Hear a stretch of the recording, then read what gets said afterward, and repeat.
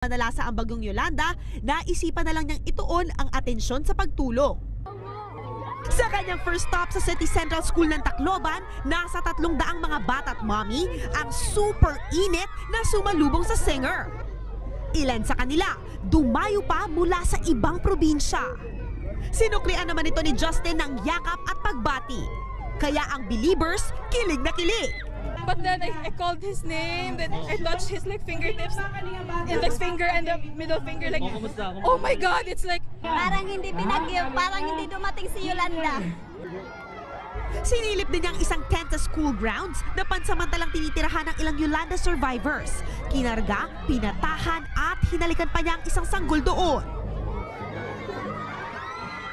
Nanlibre pa ng acoustic concert si Justin na hiniyawan ng todo ng mga bagets.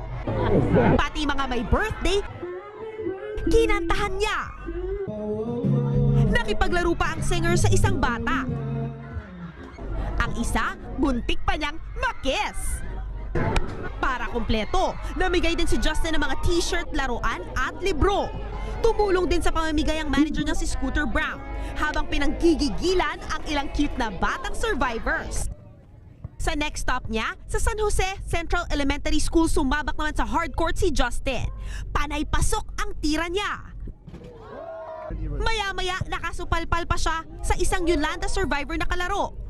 Pati ang head ng Sports 5 na si Coach Chot Reyes naki-join. Pagkatapos, namigay siya ng mga bola at laruan na pinag-agawan ng mga bata pati ng matatanda. Bilang thank you, si Justin naman ang kinantahan ng mga residente ng Christmas song. Ang magtropang nakalaro ni Justin na sina Roland at Christian, sumampol pa ng kanta ng kanilang idolo. Nakakadagdag